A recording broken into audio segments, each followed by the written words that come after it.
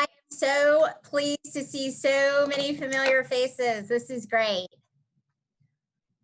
I'm going to do a call out. I'm just kidding. I won't do that. Okay, so I am Erica Wall, and I am the director of the Berkshire Cultural Resource Center here at the Massachusetts College of Liberal Arts. I want to welcome all of you to our discussion tonight on the work of Titus Kaphar, Analogous Colors, which was on the cover of Time magazine on June 15th. We are expecting a lot of people on this talk.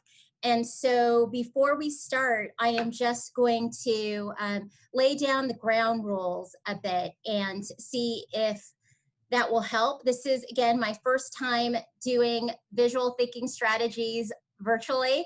So I'm going to ask for your patience and beg for your forgiveness to begin. So first of all, I'm going to ask, although we have quite a few people on this call, that when we do this call, you keep yourself on camera and you keep yourself muted unless you are sharing an observation. The basis of all of this is that if we were in another context and we could be together, we would all be able to see each other. And that's a very important part of this as we begin to share our observations. I will actually be sharing the screen again to show you the image. And as we talk about the image, I'll be using the cursor to go to the places that people are talking about. To the best of our ability, we are going to have the person who is sharing their comment or observation on screen with the image. And we ask that instead of putting your comment in the comment box, that you actually do verbally share your comments with us. The way that it'll work is either you can digitally raise your hand or you can raise your hand physically. When I see you, if I see you, I will actually say your name based on where what name it is that is labeled on there. So if it isn't a name or it's an email, might want to let us know.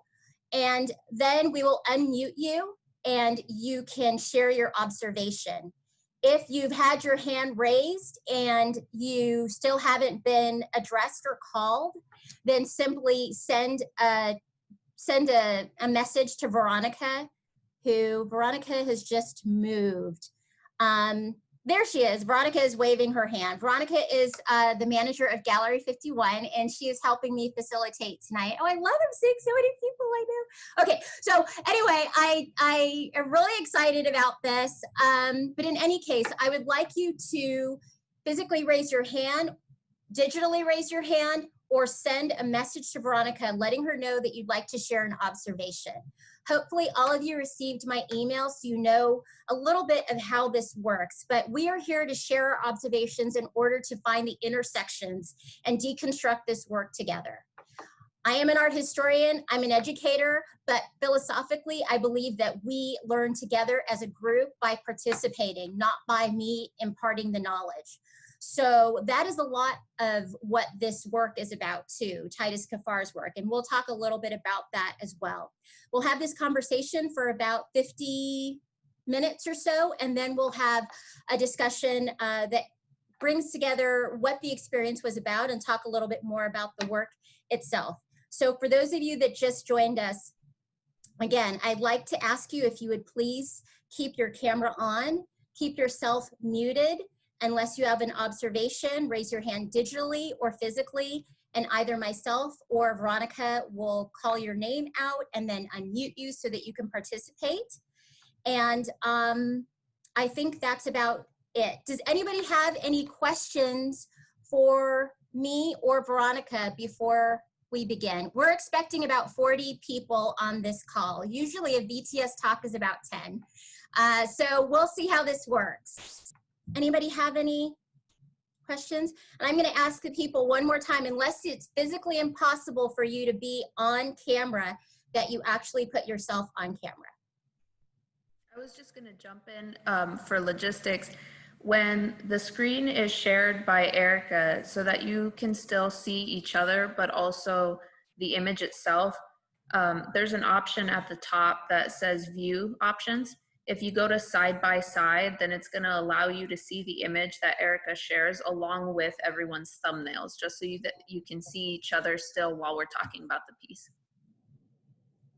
Okay, wonderful. And again, thanks to all of you for participating. And I've kind of, my tagline for this year is let's do the work. So I appreciate you coming with us to do the work. I'm going to share the screen now.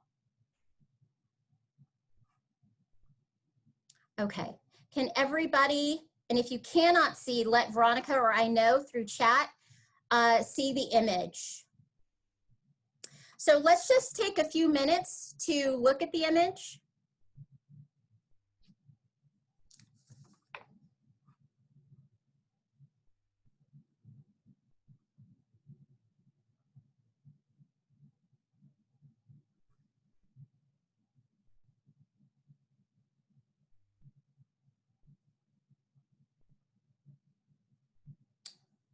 Okay.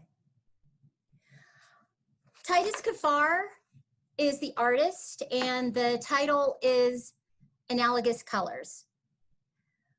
Titus also wrote a poem to go with this, so I think it's appropriate that I also read that as well. It's a little lengthy, so bear with me, but I'd like you to still keep looking at the image. I cannot sell you this painting. In her expression, I see the Black mothers who are unseen and rendered helpless in this fury against their babies. As I listlessly wade through another cycle of violence against Black people, I paint a Black mother. Eyes closed, furrowed brow, holding the contour of her loss. Is this what it means for us? Are Black and loss analogous colors in America? If Malcolm could not fix it, if Martin could not fix it, if Michael, Sandra, Trayvon, Tamir, Breonna, now George Floyd, can be murdered and nothing changes, wouldn't it be foolish to remain hopeful? Must I accept this is what it means to be Black in America? Do not ask me to be helpful. I have given up trying to describe the feelings of knowing that I cannot be safe in the country of my birth. How do I explain to my children that the very system set up to protect others could be a threat to our existence? How do I shield them from the psychological impact of knowing that for the rest of our lives, we will likely be seen as a threat? And for that, we may die? MacArthur will not protect you. A Yale degree won't protect you. Your well-spoken plea will not change hundreds of years of institutionalized hate. You will never be as eloquent as Baldwin. You will never be as kind as King. So, isn't it only reasonable to believe that there will be no change soon? And so those without hope burn. The Black mother understands the fire. Black mothers understand despair. I can change nothing in this world, but in paint, I can realize her. This brings me solace. Not hope, but solace. She walks me through the flames of rage. My mother rescues me yet again. I want to be sure that she is seen. I want to be certain that her story is told. And so, this time, America must hear her voice. This time, America must believe her. One Black mother's loss will be memorialized. This time, I will not let her go. I cannot sell you this painting. Okay. What's going on in this picture?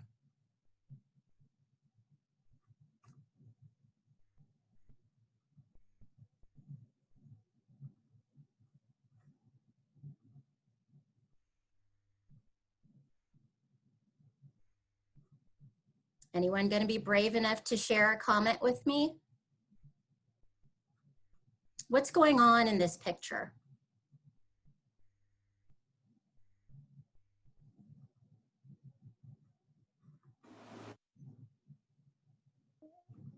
I see two figures, a female and an adult and a child.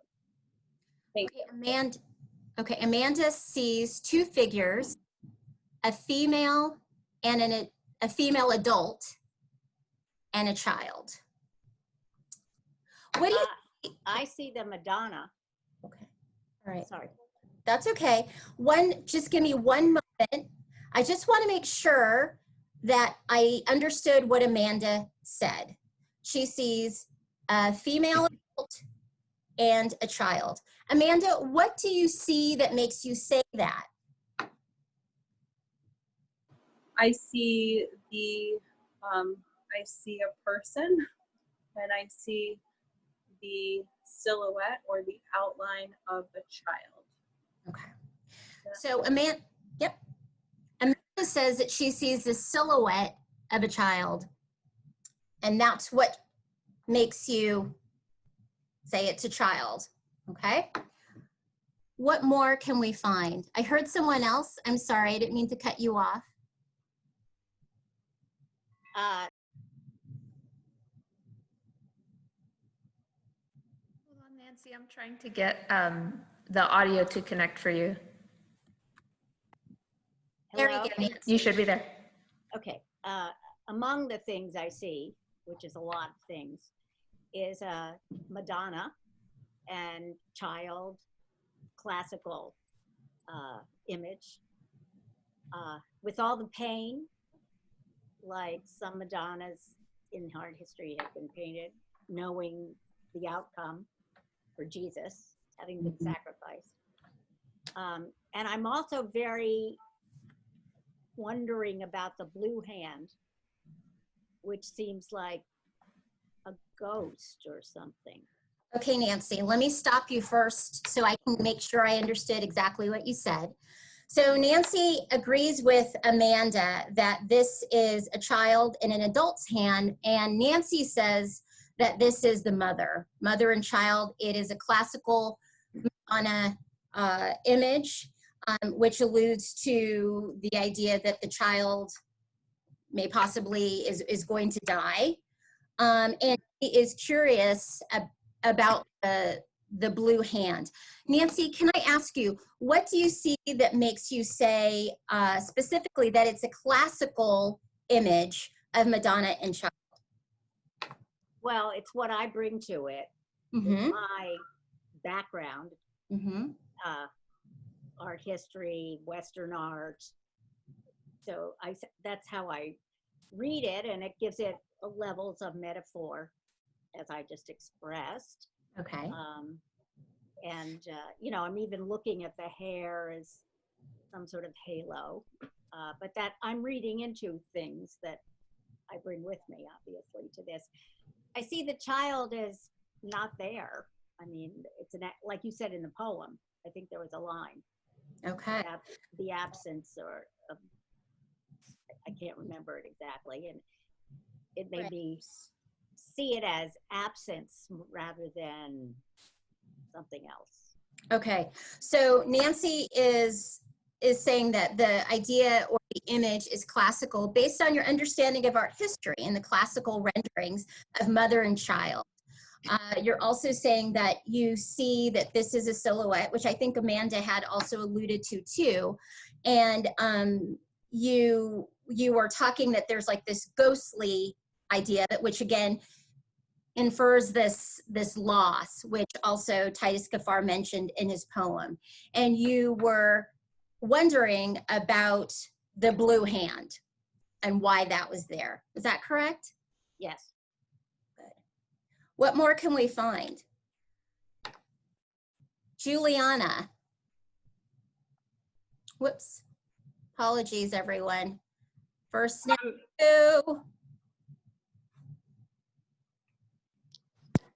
While you get the picture back up, one of the things that I was going to say is that I think that we can't avoid the fact that we're not actually looking at a child or a toddler or baby. We're looking at the lack of that in the mother's arms. There's nothingness there of where there should be a figure and form. Okay, so Juliana is building on, again, what Amanda and Nancy have talked about, which is the missing child. There is no child there. That is something that is in the forefront and cannot be overlooked. Is that right, Juliana? Yeah, I had just kind of heard that people were saying mother and child, but there is no child. It is the lack of child. The child has been taken, the child has been cut out, the child has been physically removed from what should be there. Understood. Okay, so Juliana is not talking just about what she sees in the depiction, but people have described it as mother and child, but to her, she sees that we need to acknowledge that there is no child. It is the absence of child, and so that it could just be mother without child. Did I get that right? Yeah, that's a bit more accurate. Okay, good. Thank you. What more can we find? Maya.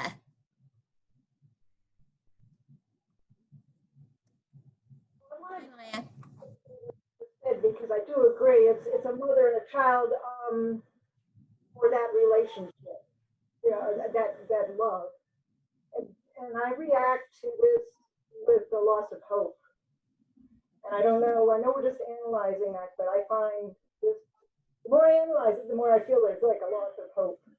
Okay, so Maya feels that what is most conveyed to you when looking at this is a loss of hope.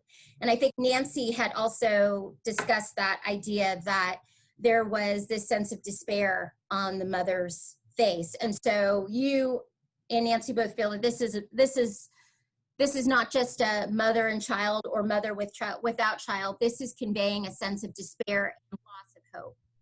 Is that correct? Thank you. I don't know why I keep doing that. Okay. What more can we find? Sarah.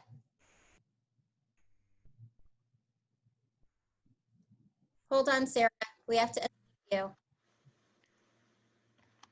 There we go.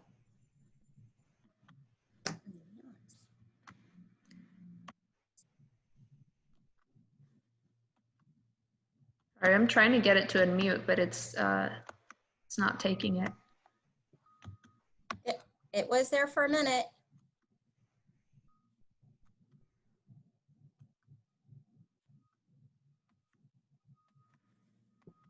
Okay, Sarah. I think if you and I are pressing it at the same time, we're undoing each other's. Okay, so you go ahead and do it, Veronica.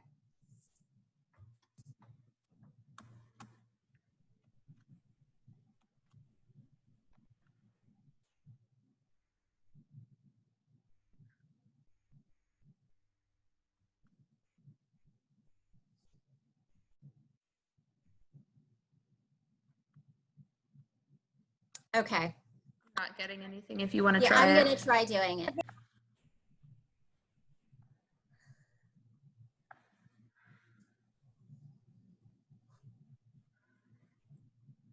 Okay,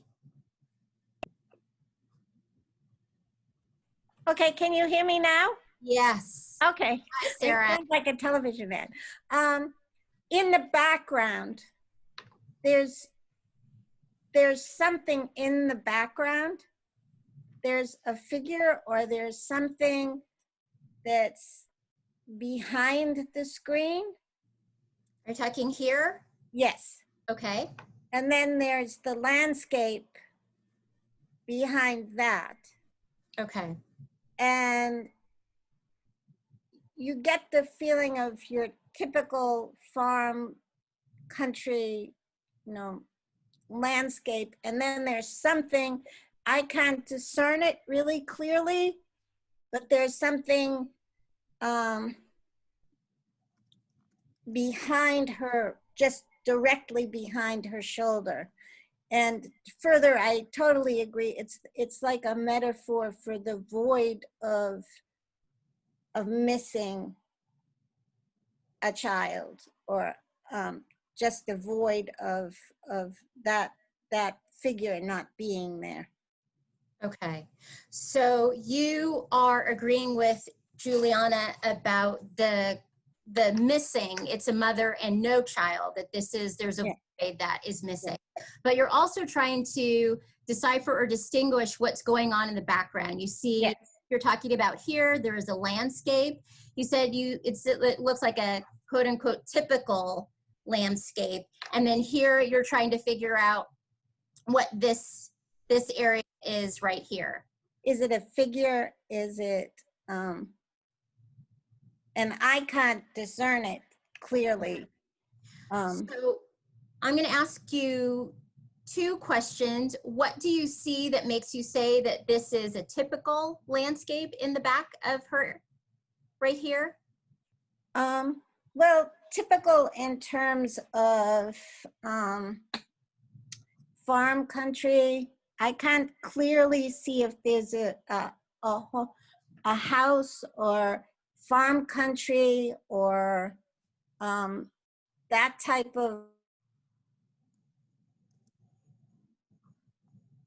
Uh-oh. I think Sarah may have froze. That often happens here in rural Western Massachusetts. Okay, so I'm going to continue and hopefully Sarah will come back. So Sarah was talking about describing what looked like a landscape. There she is.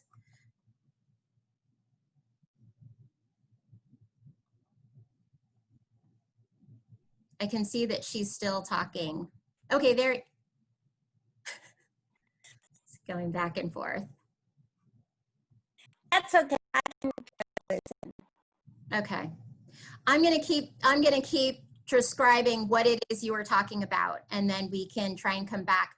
But basically, Sarah is describing that there is what looks like a typical landscape, a home and possibly farmland. She was trying to decipher what this is in the back, and she said it looked like a figure to her, but she wasn't sure what that was. John had his hand raised. Where's John? John Spiak, where are you? Can you hear me? Yes, I can. Great. Hello, Erica. Hello, John. I can't help but think that it's not just the depth of the void of the infant figure or small child figure physically looks like it's been cut out of the painting. You know, a physical action, almost a violent action of, you know, the use of these tools. And the placement as well, I can't help but stop thinking about how this is not only the removal of the child, but also the cutting into the mother figure.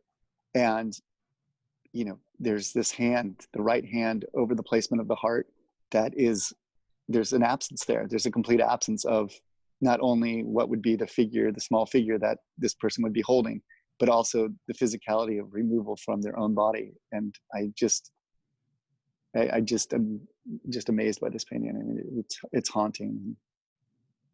Okay, so But as well, the tree figures, there is reference to nature in the background on the brown wall. You can see what look like almost palm fronds or some kind of rooted tree, and it just seems like there's some deep symbolism there as well.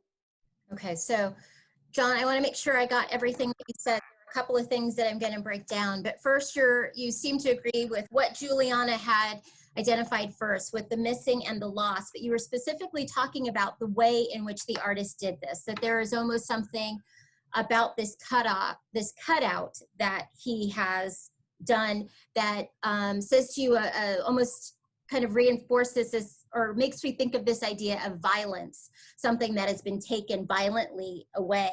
But then you also reference to the position of the child, where it is, where the mother's hand, that people have said this mother and child figure, where the hand is placed, which looks like it's right on the heart. And also reinforces this idea of loss and trauma. You also seem to be agreeing with what Sarah has said with regard to the landscape and this this depiction of nature in there. And also you were identifying what Sarah had also started to describe, where she thought it was possibly a figure, but you're saying that it looks like these could be palm fronds or some another indication of nature in the background. And to you, this is all of this together makes it exceptionally haunting and pretty powerful for you because of these all of the things that the artist has put together this way. Did I get that? Yeah, for sure. I mean, when I've zoomed in on it, you can see like almost like palm fronds in the background. So. And that's this right here. Yeah. Palm fronds. You can really see them detailed. Thank you. We have Thank you, Erica. Absolutely. 2 hands. We'll start first with Juliana. And I'm going to unmute you, Juliana. Okay. Yeah, going off of what John just said, when he mentioned that the mother's hand is almost like over her heart, I noticed that it is the right hand, like the hand that we pledge of allegiance and like, you know, talk about our relationship to the country in America. And if we're looking at the color palette of the image, we're also looking, especially within that figure, like a strong red sweater, white cutout, and the blue from what looks like either the glove or the shirt collar and the head wrap.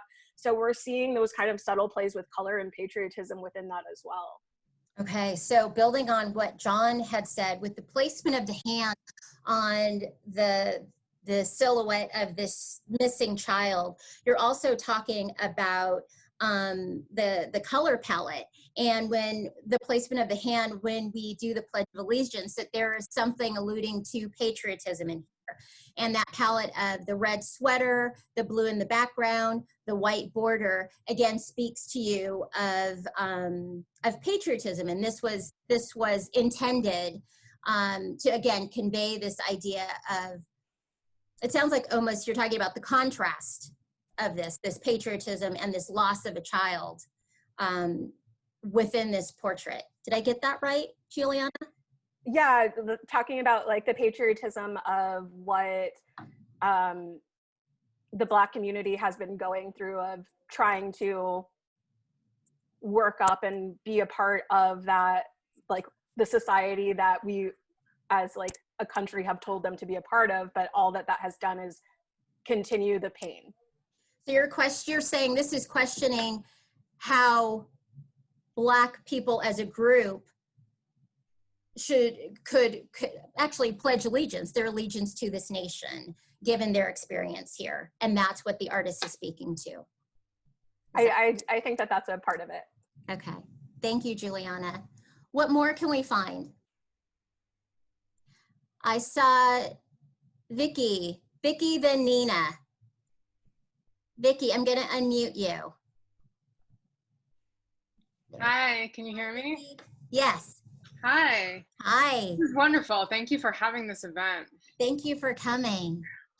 You know, I was thinking a little bit about, you know, how the poem is so clearly, you know, evoking the figure of the mother, and how the depiction of the mother here, especially in terms of attire, you know, is quite androgynous, right? And so I was just, you know, that just struck me. It looks as if she's wearing a hoodie, I think. That's how it sort of appears. So you're talking about this right here. Yeah. Looks like it could be a hoodie. Mm-hmm. Yeah. So, you know, I think there's something subversive about rendering the image of a mother, but not within necessarily what we might think of of conventional, you know, beautification that might be associated with femininity in, you know, normative terms. Mm-hmm. So what Vicky is seeing specifically, building on really what John and Juliana had talked about, looking specifically at the color palette, but now actually looking at the depiction of what we've identified or come together to see as the mother. And now there's even a question of it looking to Vicky as almost an androgynous figure, what they're wearing, that this could be a hoodie. She saw the collar here, but also the depiction of this mother, and that it is to somewhat non-conventional in terms of what we would think of in terms of femininity. Vicki, what do you see that makes you say non-conventional? Well, I'm just thinking here of, you know, conventional standards of, you know, mother, or, you know, traditionally associated with femininity that might be, I don't know, you know, more associated with kind of like normative wear or dress of women, right? So the hoodie is a garment that, of course, has been, you know, played an important kind of role as a kind of trope in, you know, other art, right, depicting police brutality or, you know, speaking to that. And yeah, so I guess I see this as not, if we went back to that kind of classical imaging of like the Madonna figure, typically, you know, that could be a figure quite adorned or wearing some sort of garb that would be, you know, marked as feminine.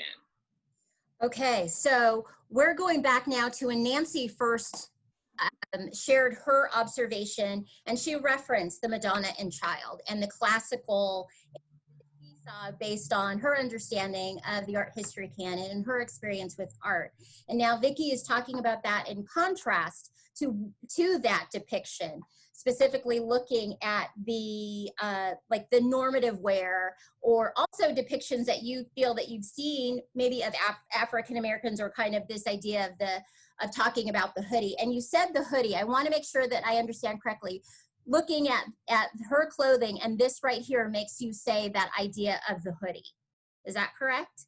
Yeah, although I think it is, you know, up for debate. I thought I saw like the string of the hoodie, but you know, that could also be yes, a this robe right or. Okay, but you're talking, I see it. You're talking right here, that drawstring makes you think that it could be a hoodie. Mm-hmm. Yeah. Thank you, Vicki. Okay, Nina, where are you, Nina? There you are. Hi, Nina. Hi, Erica.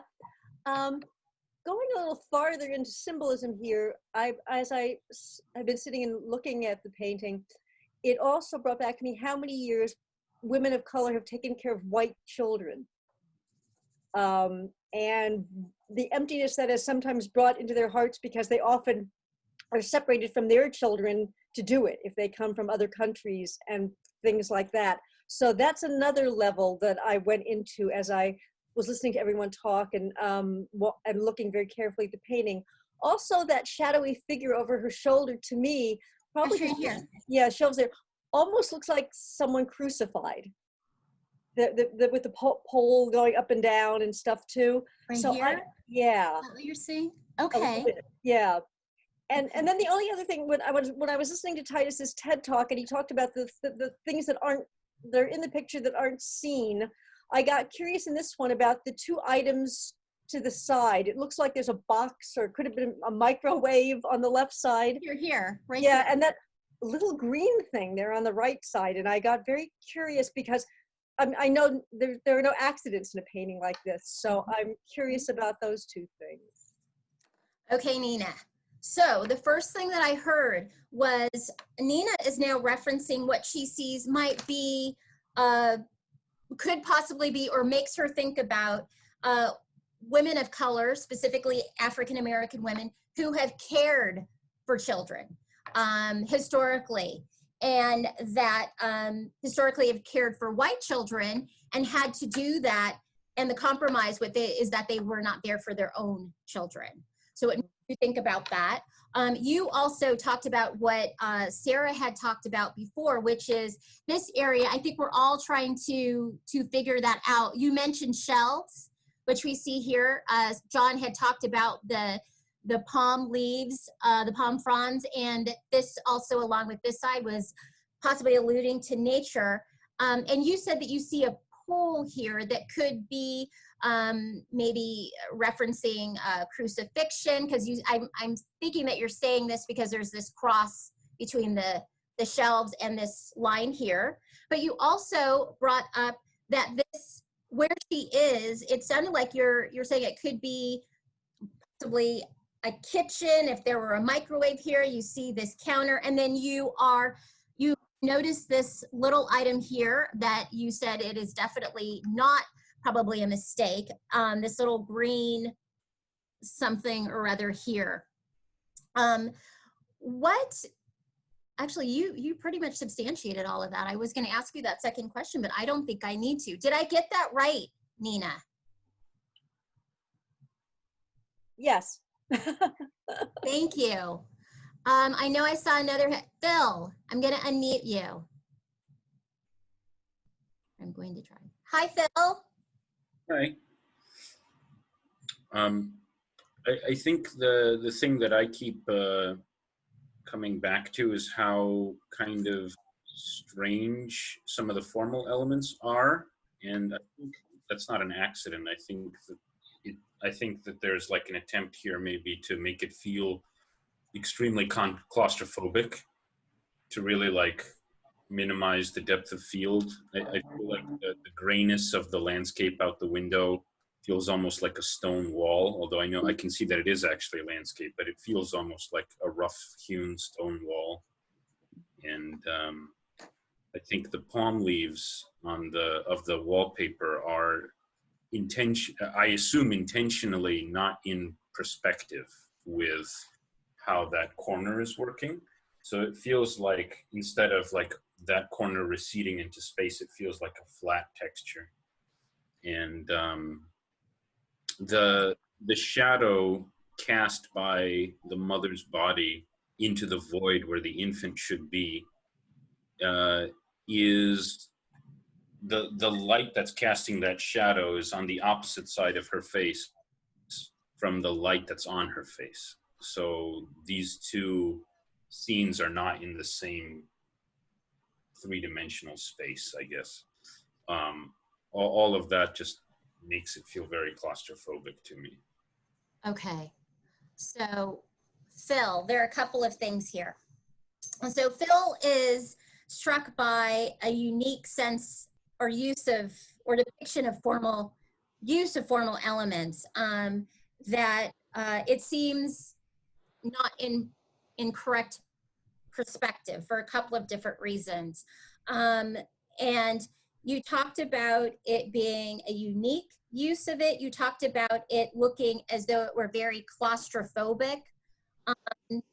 There was a lack of depth that you talked about, particularly here and here. That this, you could tell that it was a landscape, but it was very, I guess, flat in almost that it looked like a wall. And then you talked about a little bit about some of the things that made this off in terms of perspective. You talked about the lighting and the shading also that made it claustrophobic. And you also talked about it not being an accident.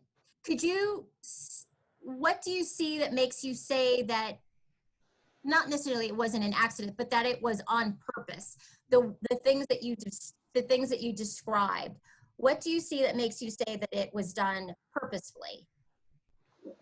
Well, I just assume so, because I think the rendering of the face and the hands are flawless. So it looks like that.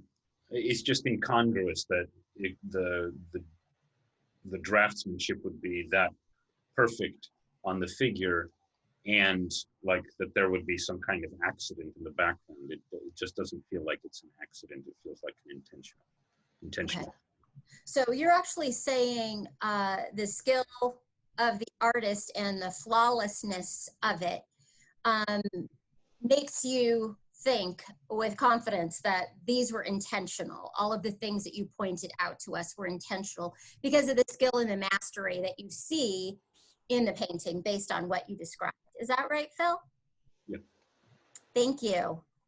I know I saw another hand. James. Hi, James. I'm going to unmute you. Let's see. Let me try one more time. It's not working. There we Am go. I on Hi, yet? James. Yes. Hi, James. Okay, good. Hi, Erica. One thing that I'm looking at and wondering about, and perhaps I'm reading too much into it, but I look at the depiction of her hair. Very, very voluminous, piled very high. But it occurs to me that it's almost unbelievably high. And what's happening on her left side, I guess, that covers the M in time, it seems to be billowing up there.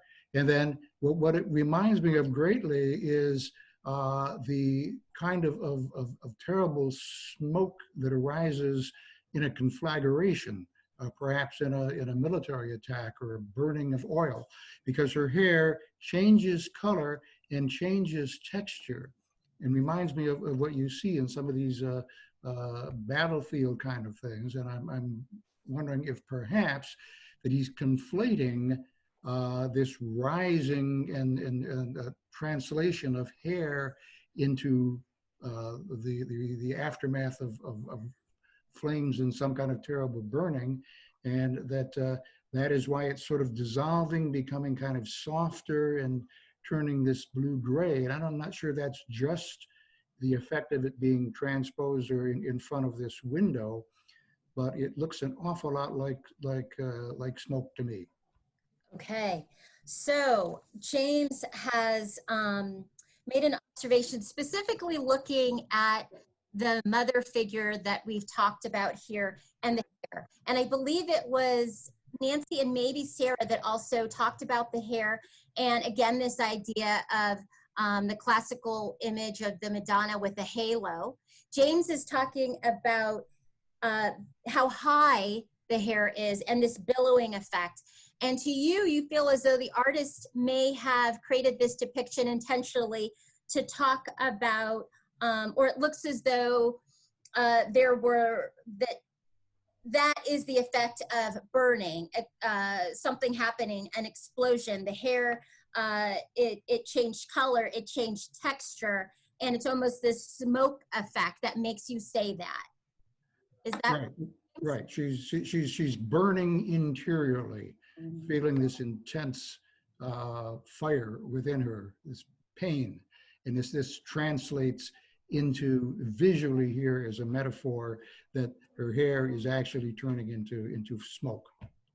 Okay, so again, other people have suggested how the artist has created this metaphor, specifically for James, talking about, and people have also alluded to this, I think John said this, Juliana said this, that the pain that we see from the mother is depicted in so many different ways. James is talking about this kind of internal burning, but he is taking it from how the hair is depicted. Other people have talked about the expression on her face, the hand on the heart that John had talked about. And so again, this idea of Titus Kaphar, again, creating this metaphor for us to convey to us the feelings of this woman as a mother who is without child. Is that right, James? Yes, I think that's pretty accurate. Okay, thank you. All right, we had two other people who had hands raised. Molly, I'm going to unmute you. Hi, Molly. Hi. I am really fascinated. I think someone brought it up earlier about the blue hand, which I read as a blue kind of nitrile medical glove. And I remember the first time I saw this image, when I saw the glove, I had this visceral reaction because it felt to me, there was this kind of distancing that happened when I saw that, like a further distancing between the empty lack of child and what we're calling the mother figure. And then this additional reaction when I noticed that there was only one hand gloved. And so this, because we're in the time of coronavirus, this fear of unsafety, fear of exposure that was coming from just having one hand gloved, but also wondering why a glove is needed at all. Okay.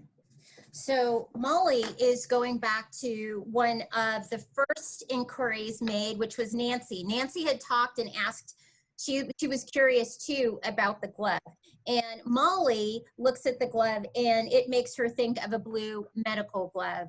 But you also talked about the idea of it conveying this greater sense of distancing in the midst of a pandemic, whether it's COVID, but also this distancing from a mother and her child, or that loss that we talked about. And you're also wondering, why is there just one glove? And you think potentially that it could be that idea, again, as we are living through this pandemic, of a fear of exposure. And that it could be the fear of exposure because she only has one glove. Did I get that part right? Yeah, I found myself fearing for this person. Fearing for her because of the exposure that she has with the other hand and only having the one blue glove that you see as that medical glove that we've been very accustomed to seeing now in the midst of COVID. Did I get that right? Yep. Thanks, Molly. What more can we find? I wanted to jump in. I know Amanda has had her hand up Okay. for a while, so I wanted to give her a chance. Veronica. Amanda, let's do Amanda, and then we'll come back to you, Sarah. Gonna unmute you, Amanda. Okay. There you are. Can you hear me? Yes. Great. Thank you so much. I just wanted to point out the scarcity of the background. The shelves are completely bare and empty. The vessel is empty. And then up in the top behind the letter E, when someone was talking about the patriotism, the horizontal lines stood out to me. So that was all I'd like to share. Thank you. Okay. So Amanda was looking here. We had talked about, it was Juliana who had talked about the palette, and John had talked about that too in terms of, or they built on those ideas, this palette with regard to patriotism, this red, white, and blue.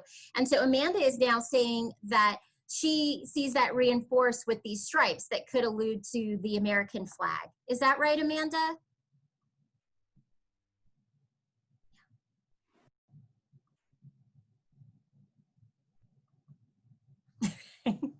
Thanks, Amanda. Okay, Sarah, we're gonna come back to Sarah. I really appreciate everybody's patience with just working through this technology. Okay. Hold on, Sarah. Hi, Sarah. Nope, that did not work, did it? Can you hear me? Yes. Okay. I expanded the picture so I could see more. And there's a mansion, or what it seems like a mansion in this landscape. And also, from what Nina said, also it looks like it has a feeling of a crucifixion or a hanging over her other shoulder. And I also thought the blue hand also felt like a symbol of death to me. The coldness, how blue often refers to death, the loss of something. I cannot imagine the emptiness of losing a child, or losing a child who is an adult,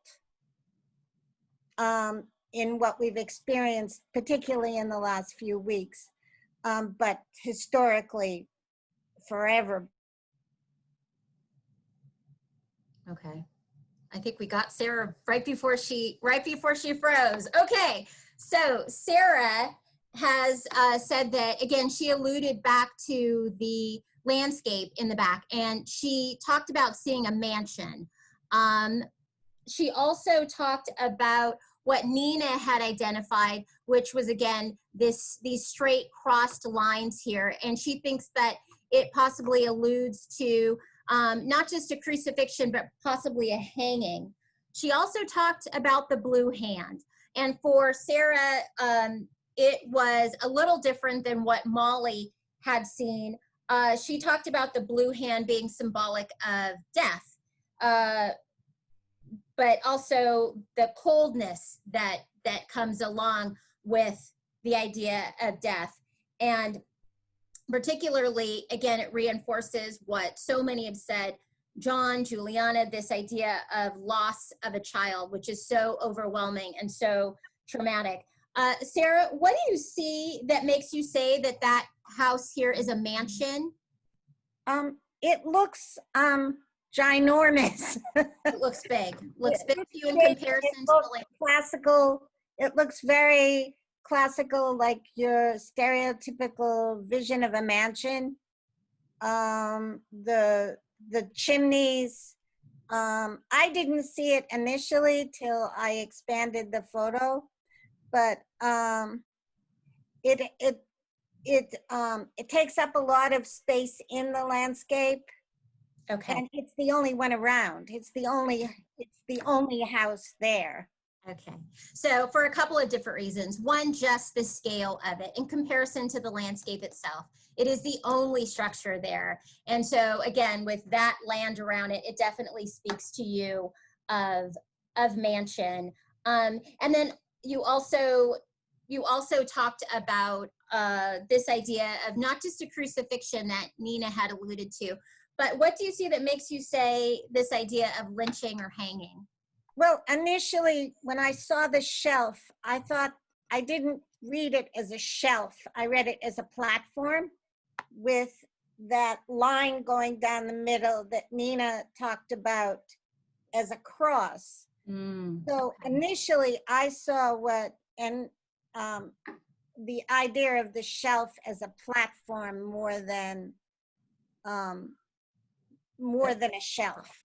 Okay. And then with that line, that straight line going right down the middle, that was how I read it. Okay. So you felt that you saw more this idea of lynching or hanging because of this platform. So like a hanging or lynching platform, and someone would be placed there and hanged. Yes. Not hanged, hung, but I understand what you're saying. Thank you, Sarah. What more can we find? I'm looking for raised hands. Okay, we're gonna go Amanda, Tobin, and then Hideo. Amanda, I'm going to unmute you. There we go. Hi, Amanda. Hi. So I think one of the things that keeps coming up in my mind is some of the lines from the poem that he wrote that you read at the beginning. And in particular, the line he said, I think twice, I cannot sell you this painting. Yeah. And it gets me thinking about the commodification of Black pain in the art world, and the way that these stories get manufactured or sort of presented over and over. And the fact that this is now, you know, museums are closed, of course, but this is presented in a very different way. So the fact that this is on a Time magazine cover, and who has access to that right now versus who has access to museum spaces, and that he's sort of taking that stance and just sort of opening up about what his project is in ways that you don't always get to hear of, not hope, but solace of the limitations of what, you know, he's trying to do in representing this figure. Okay, so a couple of different things, Amanda. One is, this to you is definitely speaking of the commodification of Black pain through its imagery, and specifically referencing narratives that we've heard over and over. But also you talked about the idea of this being a Time magazine cover, and the whole idea of how we access these images in a time that is not during a pandemic. We would have access to these within museum institutions, but not everybody is able to or does access museum institutions, which I think talks a little bit about what you said Titus is trying to address in terms of limitations. Did I get that right? Yeah, thank you. Thanks, Amanda. We're gonna go Hideo, and then I remember Kabir, you had something too, so we're gonna come to you after Hideo. Thank you. Okay, Hideo, I'm going to unmute you. Or I'm going to try. There we go. Hi, Hideo. Can you hear me? Yes. Okay. The first thing it hits me when I see this painting is, as it mentioned earlier, it's Madonna and Child. and then where traditional Renaissance painting, the Madonna and Child is the child's birth, where here is the death. And you can see her expression of devastated, sad face. And then also that all these Madonna and Child, those painting, old Renaissance paintings usually have a landscape in background, which somehow relates to that time. And the blue hand has been driving me crazy. And it seems to me the blue refers to the blue background. And as Sarah mentioned about mansion, I see that mansion and the field. It's sort of like the blue hands refers to her history, background, heritage of being slave. Okay. And then, so that connects to her. I'm not quite sure about the plants on the other side, the background, but here. Yes. Okay. And up there too, but it's a huge, big leaves. And that little green thing on Right here. yes. That's what Nina had pointed out. That I don't know. It looks like a handle of something, but it could be just he needed a little green there. But so that's what I noticed. So a couple of things, referencing back to our first comment with Nancy's reference to Madonna and Child. Classically, we have seen it reference to birth, right? The birth of the Christ child. But here we're definitely, to you, it conveys this idea of death. What I think is that kind of building on what people have talked about in terms of loss, death through the loss of the child. You also talked about what Sarah had talked about with the landscape, and you too see this field with what looks like a mansion, and your connection to that is that Kaphar is referencing slavery and possibly plantations, huge plantation home with the landscape that slaves actually worked. You also talked about the leaves in the back again, but you also talked about looking at this small piece of something which could be a handle. I want to go back to that. You also talked about the expression on the mother's face, which several people have identified. I think Phil, James had also talked about that too, referencing the shadowing. But again, reinforcing this idea of Madonna and Child, but not the birth of a child, but the death of the child. Is that right, Hideo? Did I say that? Yeah. Thank you. Okay, Kabir, am I saying it right? Okay, I'm gonna unmute you. Thanks for waiting, Kabir. Sure. So I was also, like Amanda Tobin, I was thinking about that line from the poem, but I think, it seemed like it came at the beginning and the end. I cannot sell you this painting. And I was thinking about a couple different possible meanings of it. I think, I agree with like the interpretation that Amanda had of, about it potentially being about the commodification of Black pain, or, I was even just thinking about more broadly the commodification of Blackness. And in the poem, Kaphar also mentions sort of these elite institutions like Yale and MacArthur, and sort of the like sort of thinking about how I believe the line said, Yale cannot save you, and sort of thinking about what having sort of elite degrees or elite marks as a Black person in America don't necessarily save one from this, from the possibility of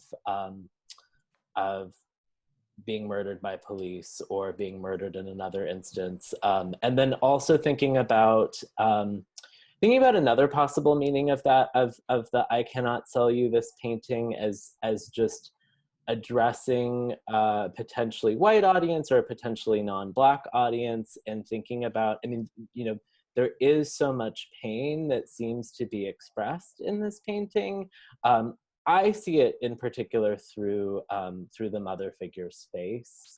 But I sort of agree with a lot of the other, I hear, a lot of the other commentators have said that it comes up in other places, but thinking about, it seems like perhaps the artist is saying, I cannot,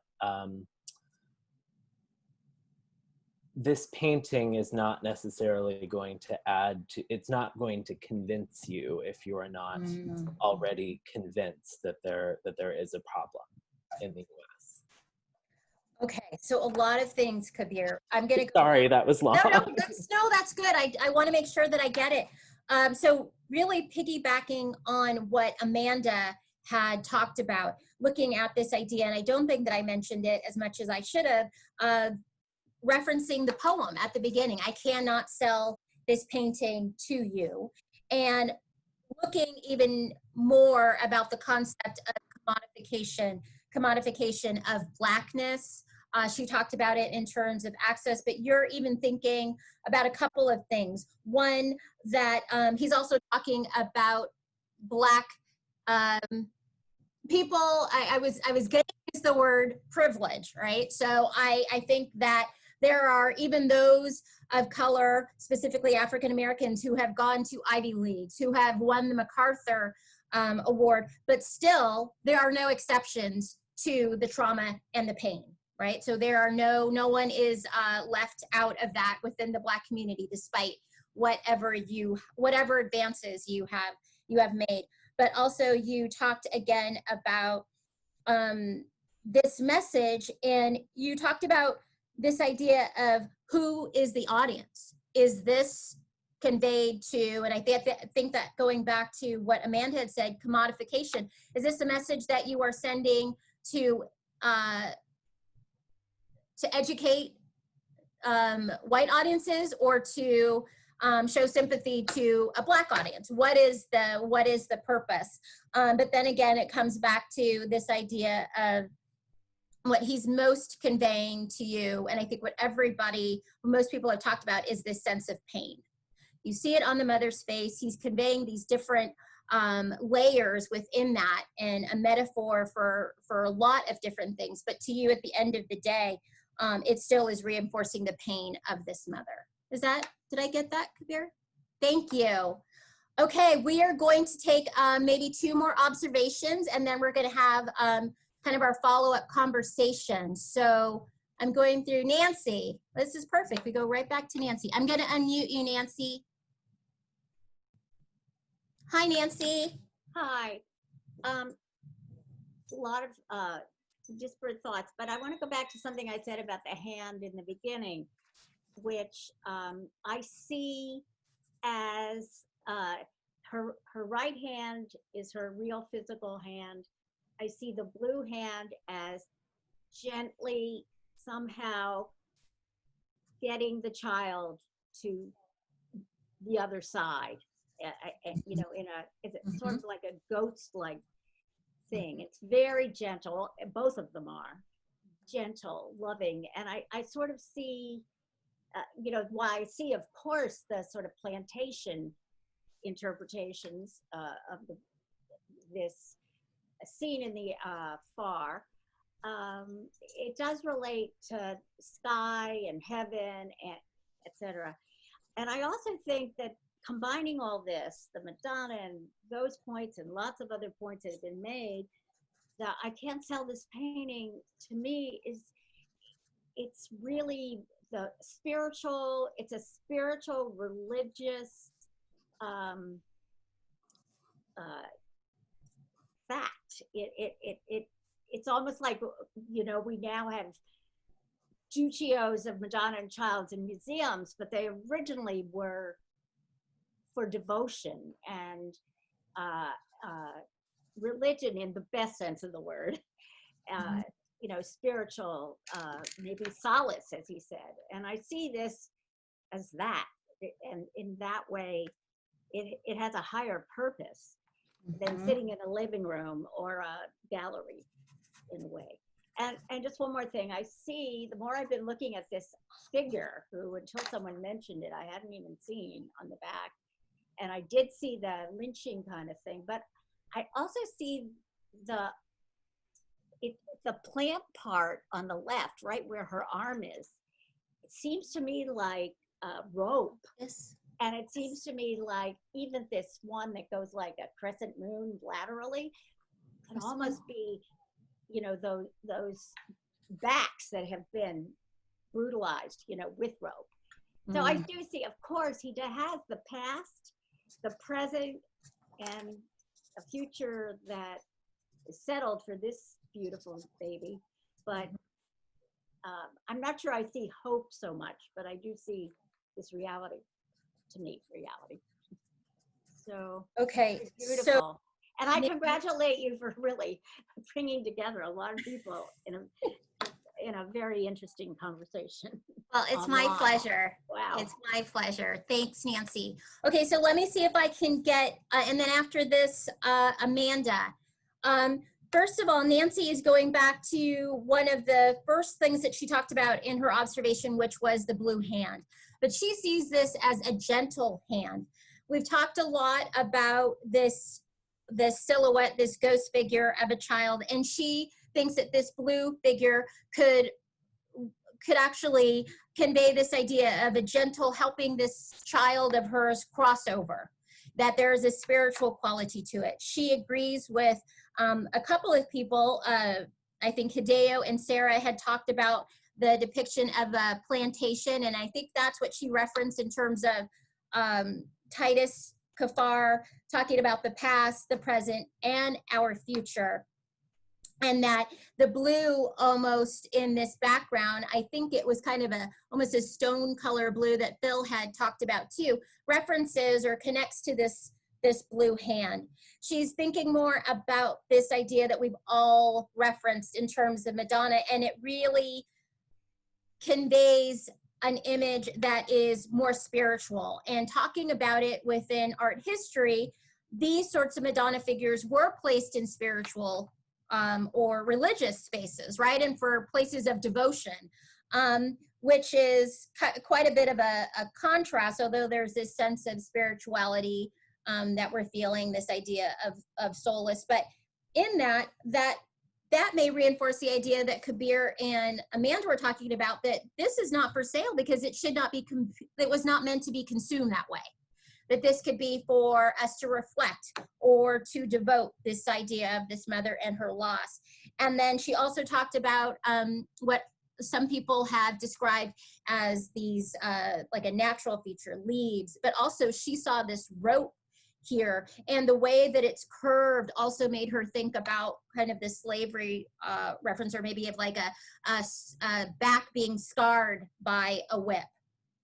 And to Nancy, this is not necessarily for her, does not convey the feeling of hope, but it is a reality that Titus Kaphar is sharing with us through his depiction. Did I get that right, Nancy? All right, great. All right, perfect. Okay, so we are going to go to Vicky. Okay, I'm gonna unmute you now, and if there's somebody I forgot, let me know, or let Veronica know. Hi, Vicky. Hi. I know there's a few more people who have comments, so I'll be quick. Okay. But I've been thinking about the association of the color blue to the police, and if we are reading that landscape scene in the background as a plantation or a mansion or some sort of symbol of wealth, I've been thinking about, you know, that idea, I guess, you know, what would it mean to kind of bring, you know, blue in its association with, you know, protection or kind of veiling, you know, capitalist structures or capitalist you know, symbols. And, you know, then I don't know exactly what I want to do with that when it comes to the hand, right? And maybe there's a kind of reclamation of the color blue here, but it's it's more complex than that even, because, you know, the color blue already has many associations that people have brought up. And I'm also thinking about the tradition of the blues in African American culture. So yeah. Okay. Thanks, Vicki. Okay. So we are going back to, again, circling right back to what Nancy first identified with the blue hand, which has been referenced several times. Molly had talked about it. She talked about this idea of the medical glove. Vicki is talking about it now. It's been referenced a couple of times, but we're looking now at the connection or relationship to the color blue with regard to police, and that maybe Kaphar is talking about that police brutality, the idea of protection, that symbolism, but the veiling of possibly violence. She's also talking about the symbolism with the reference to, I'm not sure if I got this, but you talked about kind of that plantation in the back and the idea of wealth with that and the capitalist idea. You also talked about the hand and this blue being possibly a form of reclamation, although it's much more complex than that because people have pointed out so many ideas related to the color blue. But one thing that has not come up yet, which could possibly be another layer that Kaphar is looking at, is the history of the blues within African American culture. Did I get that, Vicki? Yeah, you're really good at doing these synopses. Thank you. Okay, I'm going to start scrolling through. I'm going to look for hands. We've got, okay, John Spiak had his hand up. I'm going to unmute you, John. Hi, John. Hi. I have been thinking again about, I mean, I've been scrolling up and enlarging that area where the building is to her left shoulder. And I mean, I just keep waiting for Titus to chime in and pop into our Zoom and tell us some of the symbolism. But I mean, to me, that building looks like it's on fire. There's a solo tree that looks like it appears behind the home, just an isolated solo tree if you pull it up kind of large. Okay. To the right of the home, kind of to the front right of the home, there appears to be either a cross or the mast of a boat. It just seems like so much deep-rooted symbolism. And then Juliana and I have been chatting, and you know, to the bottom right, that object that's on the counter, it really does look like a garden hose. And you know, in thinking about the use of hose on people of color, you know, is a way of violence.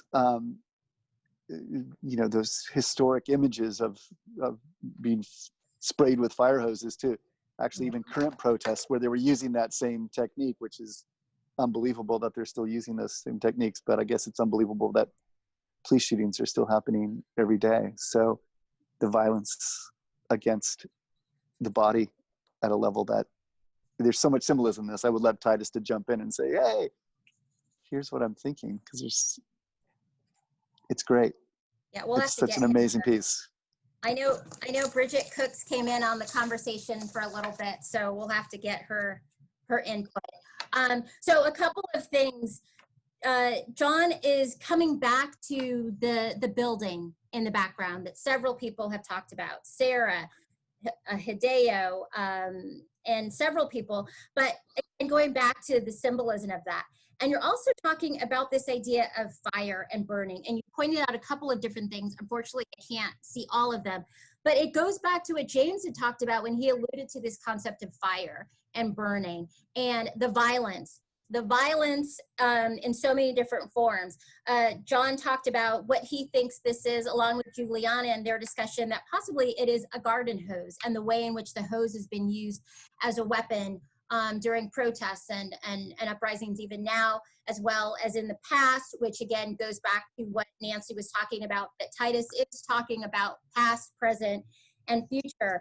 But specifically, the idea for John of the many symbols of violence, and that you wish that we could get Titus here to tell us about all these different layers, because there are so many layers to it. Well, I think the cross in the front of the house is a symbol of violence. The single tree, you know, is a weapon.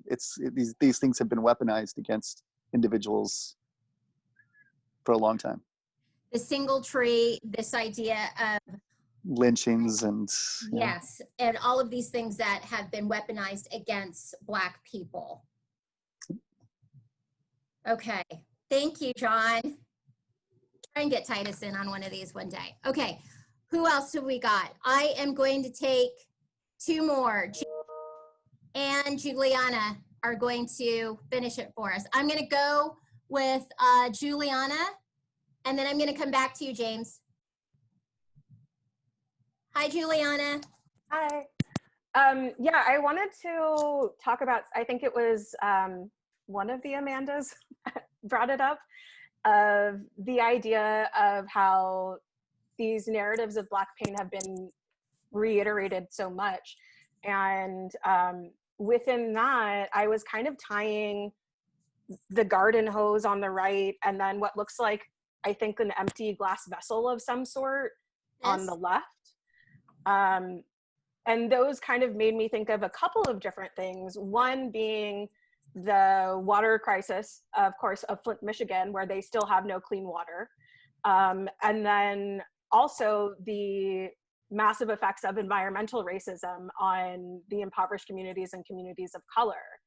And those, the environmental racism part also, I think I was connecting with some of the drawn foliage that's on the wallpaper on the interior. We don't have any real nature on the inside. It's just like these hopes and musings of what the potential and the possibility could be with those illustrations that are there. Mm-hmm. And then I also was thinking about the idea of transparency and how we have this glass that is transparent, we can see through it. We have this incredibly opaque figure that is so grounded and realistic.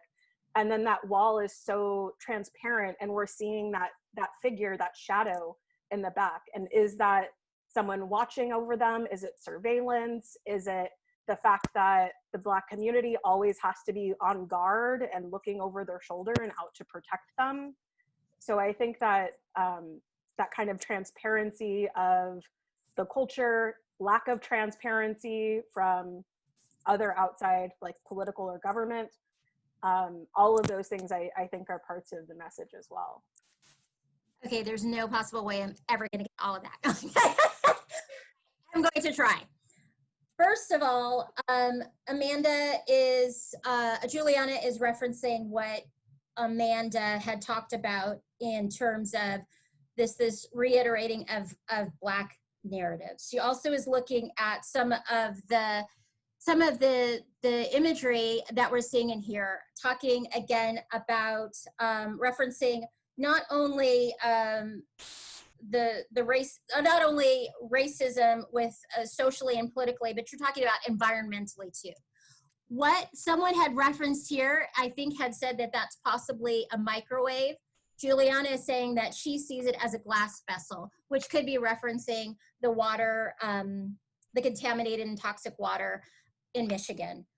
She's also talking about just the idea of these different layers in terms of the concept of transparency. There's a contrast within the concept of transparency, but there is a contrast with the idea of transparency within this, talking about the lack of transparency as well as transparency. The lack of transparency politically, she's talking about the contrast between transparency and the opaqueness that exists within this work. She also talked about what looks like a figure in the background, and that is the idea of being watched, or the concept of constant monitoring or surveillance of the Black community. She also is talking about the idea of knowing that experience and that existence. Also talks about having to be always on guard. Did I get that? I think that was a statement and send it to us later, Juliana. Okay, last person is going to be James. So where are you, James? I'm going to unmute you, James. Okay, James? am I on? Yes. Okay, good. One last thing. I know so much has been said that I'm hoping I'm not being redundant here, but I'd like to go back a little bit to what I also see as now being maybe a water hose that's been talked about. And I think we should entertain the possibility that the artist is just very subtly putting in a hint that there are solutions and can be solutions, that all these fires that are burning, we have a means of maybe putting them out, but it's so easy to overlook. Will we actually pick it up and use it to change things for the better? Maybe he's giving us a little taste of hope there. Okay. All right, James. So I'm going to start off with James is again referencing this right here, which Juliana and John had identified as a water hose. James agrees with them, whereas John had talked about it as a weapon or tool of violence. James is proposing that possibly Kaphar is using that as a vehicle to give us a form. He referenced the idea of burning. Lots of people have talked about burning, and James had talked about it within the hair, the halo. We talked about it in terms of the landscape. And so in contrast to what Nancy was talking about, she didn't quite see it as, she saw it as a real depiction, something for us to reflect and think about. But James is saying maybe as subtly as this part of the image is, he's giving us a subtle hint. Do we see when there is a possibility, a means of solution? Will we take advantage of it? Do we see it when it's right in front of us? Is this a solution that he's possibly offering to us? And yeah, did I get that, James? Right, we hope so. All right. Well, I want to thank everybody for some amazing observations. I agree with John. I really do wish that Titus Kaphar were here to experience this with us and to share it with us. I think he would be exceptionally impressed. I think that he would feel as though he had done his job really well. I think I wanted to just give us an opportunity to talk a little bit. I hopefully everyone received the email that I sent in advance, talking a little bit about what this process means and why it, I feel, is such a wonderful vehicle for us. Most of us have gone through an education process that did not allow for this sort of discussion or allowed us to come up with a group participatory place for us to deconstruct and then put it back together so that we had some ownership and we had some confidence with the way that we did it. I think that VTS allows us to do that.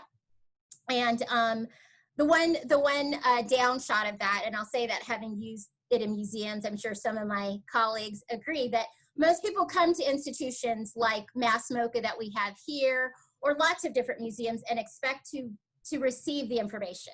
That's the gift, right? That we get to know about the works of art, and somebody who has said that this is what it's about, and often that's not the artist, has told us what we should know. And we all feel very empowered when we leave thinking that we know all there is to know about it, and that is definitely not the case, right?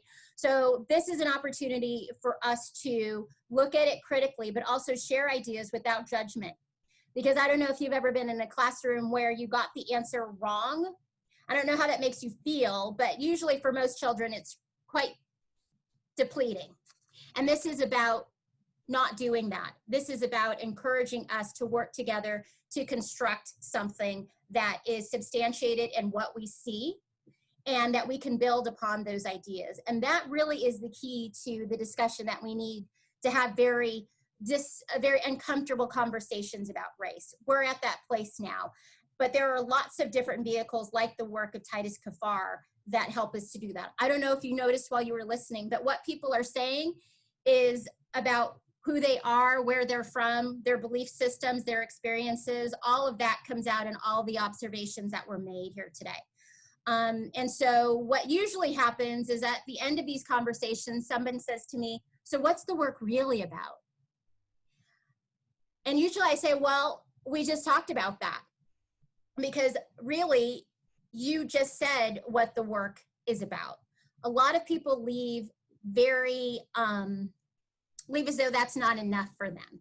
And so if there are any VTS purists on here, you're probably not going to agree with me, but I don't want you to leave thinking that you don't know what this work is about. And listening to all these observations, I'm going to tell you a little bit about Titus's practice and what his work is about, and you will be amazed by what you hear again, because it's exactly what you just said. Titus Kaphar's work is about physical intervention.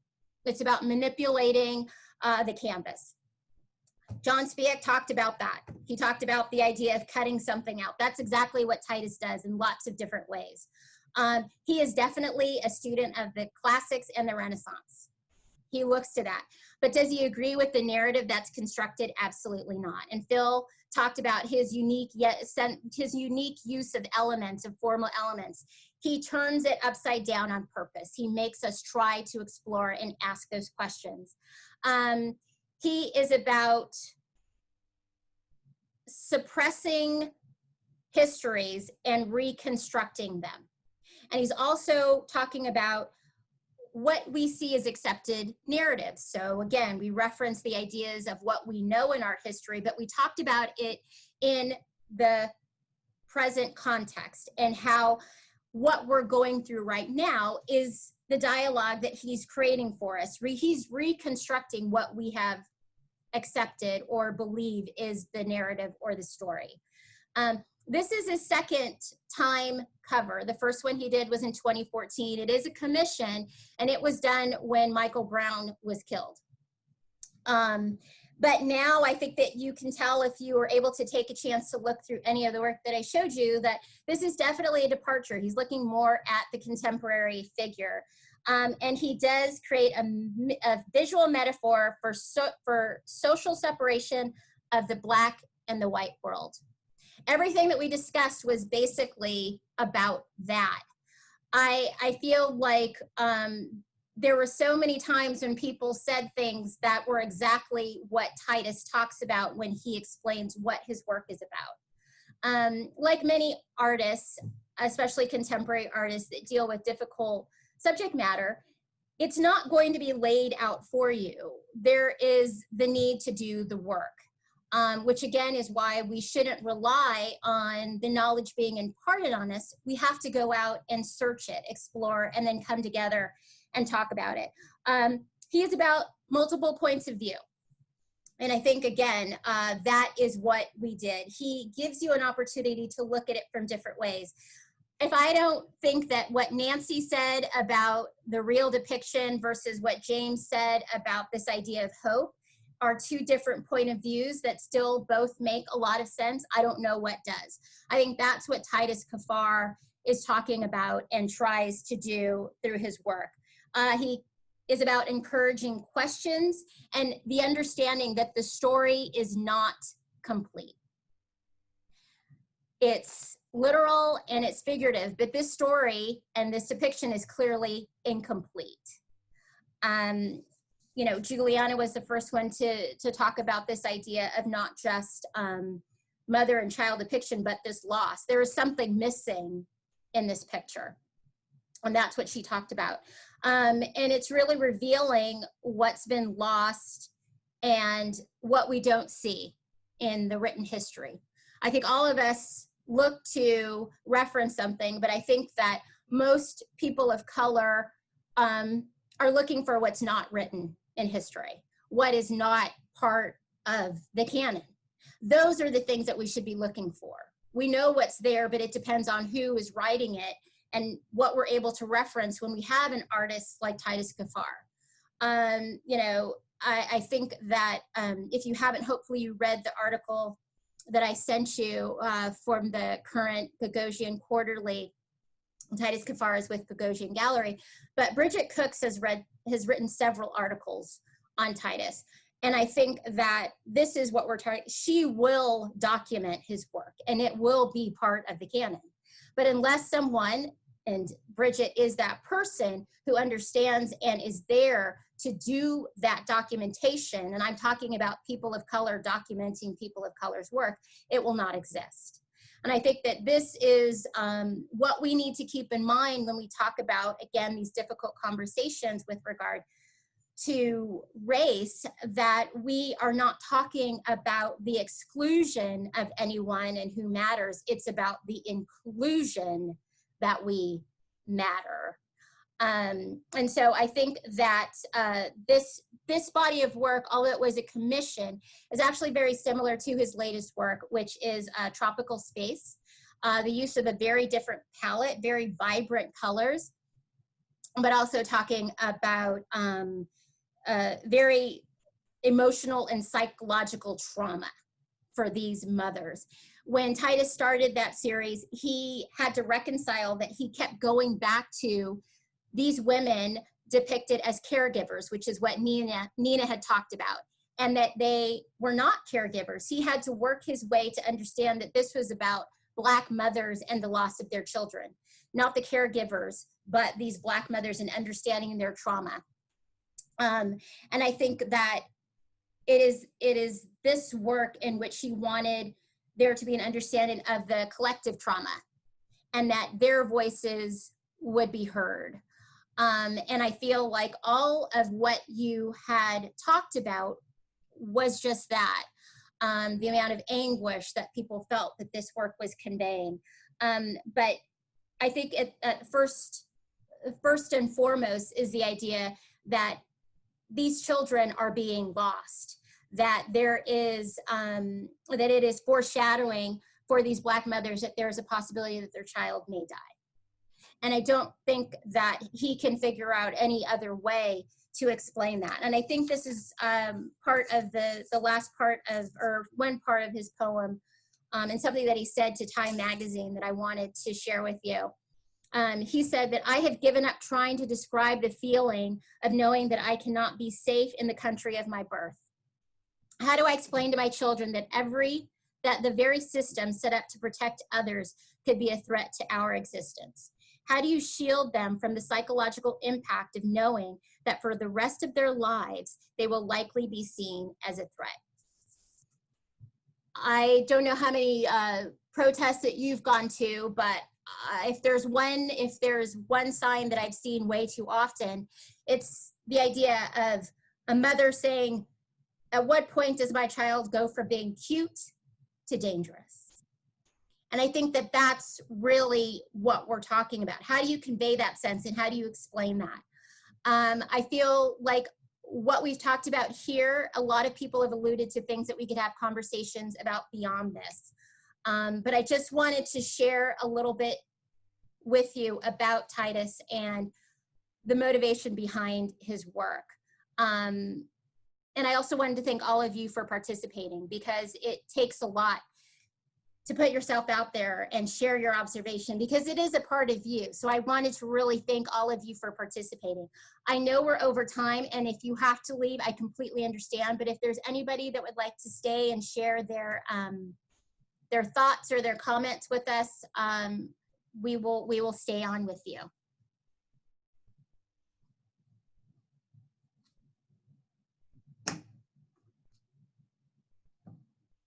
Okay, I'm getting a lot of thanks so much. I can't begin to tell you how much we really appreciate you all for participating. So this won't be the last conversation. It'll probably be the one of many more to come. So I hope that you'll join us for some of the other ones. And again, we just really appreciate all of you participating and being a part of this. We will be putting this on our MCLA YouTube page, and with that, we will have a slide with a lot of different resources to learn more about Titus Kaphar and his work. So I hope that you'll take a look at that. We will send an announcement out when that is up on our YouTube channel. I want to thank Veronica Preciado for all of her help in helping me to facilitate this. And again, just so many great observations. And if there is anybody here from BTS, this stuff totally works. Am I right? I'm glad to hear that. Thank you. Oh, good, Kavira. That's great. Yeah.